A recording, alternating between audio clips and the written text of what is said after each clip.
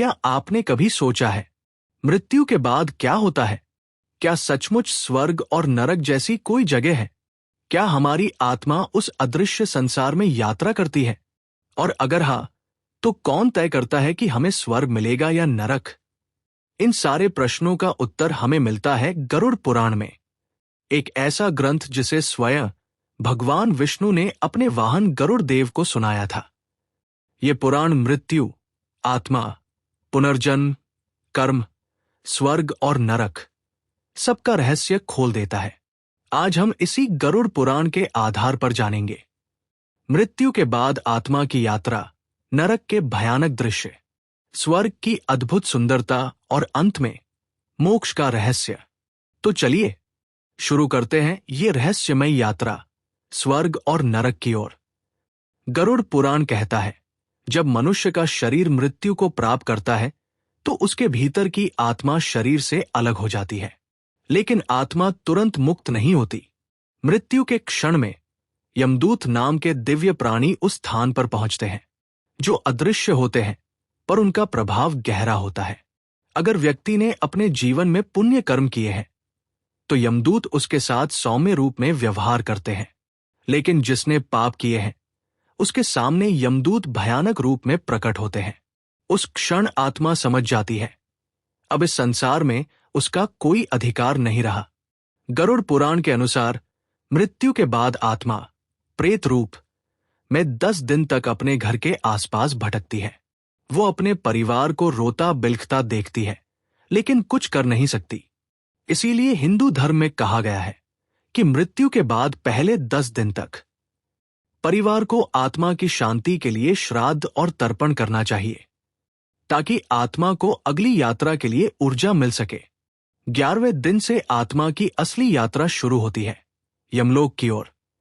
गरुड़ पुराण में बताया गया है, आत्मा को यमलोक तक पहुंचने के लिए 16 दिन का मार्ग तय करना पड़ता है। ये कोई साधारण रास्ता नहीं है। ये एक ऐसी आध्यात्मिक यात्रा है जिसमें आत्मा अपने कर्मों का बोझ साथ लेकर चलती है। इस रास्ते में आत्मा को 16 तरह की कठिनाइयां झेलनी पड़ती हैं। भय, अंधकार, प्यास, भूख, दर्द और पछतावा। हर दिन आत्मा एक नए लोक या द्वार से गुजरती है। कुछ आत्माएं हल्की होती हैं क्योंकि उन्होंने धर्म, दान और करुणा का पालन किया होता है। वो तेजी से आगे बढ़ती हैं। पर जिन आत्माओं ने झूठ, अत्याचार, पाप, हत्या, व्यभिचार, लालच जैसे कर्म किए हों, उनकी आत्मा को ये यात्रा एक एक क्षण में युगों जैसी लगती है। गरुड़ पुराण कहता है, यमदूत आत्मा को ले जाते हुए कहते हैं, हे आत्मा, ये वही मार्ग है जो तूने स्वयं बनाया था। अब तुझे अपने कर्मों का फल भोगना ही होगा। यमलोक पहुंचने पर आत्मा चित्रगुप्त के सामने प्रस्तुत की जाती है। चित्रगुप्त भगवान यमराज के सचिव, जो हर जीव के कर्मों को जन्म से मृत्यु तक लिपिबद्ध रखते हैं। गरुड़ पुराण के अनुसार चित्रगुप्त के पास प्रत्येक व्यक्ति का एक दिव्य ग्रंथ होता है, जिसमें लिखा होता है कि उसने क्या क्या किया, किसे दुख दिया, किसे सुख दिया, कहाँ झूठ बोला, कहाँ दया दिखाई। वहां कोई वकील नहीं होता, कोई झूठ नहीं चलता, सिर्फ कर्मों का न्याय होता है। फिर यमराज स्वयं न्याय करते हैं। वो आत्मा से पूछते हैं, हे आत्मा, तूने पृथ्वी पर क्या किया? क्या तूने धर्म का पालन किया या अधर्म का? और तभी तय होता है कि आत्मा को स्वर्ग भेजा जाएगा या नरक। गरुड़ पुराण में नरक का बहुत विस्तृत वर्णन है। कुल 84 लाख योनियों की तरह ही यहां 28 मुख्य नरक बताए गए हैं, जहां आत्माएं अपने पापों का दंड भोगती हैं।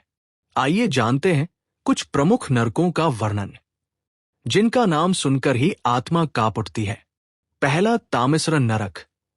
ये नरक उन लोगों के लिए है जो दूसरों का धन, पत्नी या सम्मान छीनते हैं। यहां आत्मा को अंधेरे में फेंक दिया जाता है, जहां उसे बिना भोजन, बिना जल, भय और तड़प में रहना पड़ता है। दूसरा, अंधतमिश्र नरक। जो व्यक्ति अपने परिवार के साथ छल करता है, विश्वास तोड़ता है, उसे इस नरक में भेजा जाता है। यहां पूर्ण अंधकार होता है। जहां आत्मा अपने ही भय से पागल हो जाती है। तीसरा, रौरव नरक।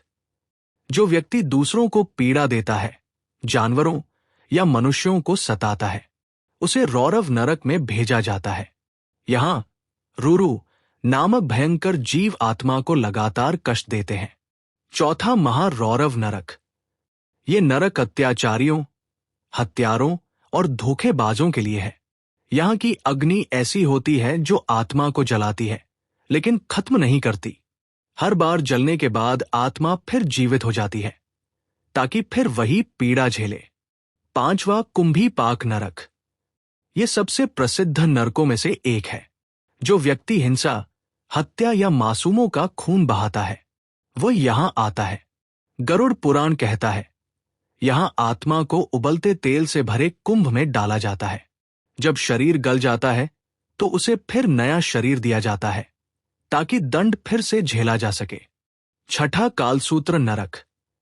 ये नरक उन लोगों के लिए है जो माता पिता, गुरु या बुजुर्गों का अपमान करते हैं। यहां गर्म लोहे की भूमि होती है, जहां आत्मा नंगे पैर चलने को मजबूर होती है। उसकी देह जलती है, लेकिन मौत नहीं आती। सातवां, असिपत्रवन नरक। जो व्यक्ति हिंसक, क्रूर या पाखंडी होते हैं, उन्हें इस वन में भेजा जाता है। यहां पेड़ों के पत्ते तलवार जैसे होते हैं। जैसे ही आत्मा उन पर गिरती है, उसका शरीर कट जाता है, फिर भी वो मर नहीं पाती। आठवां, शूकरमुख नरक।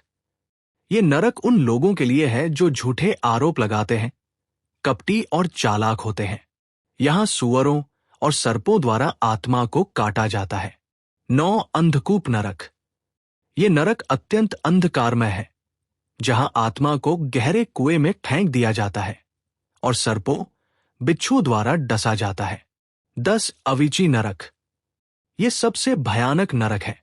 यहां आत्मा लगातार जलती रहती है, उसे कोई राहत नहीं मिलती।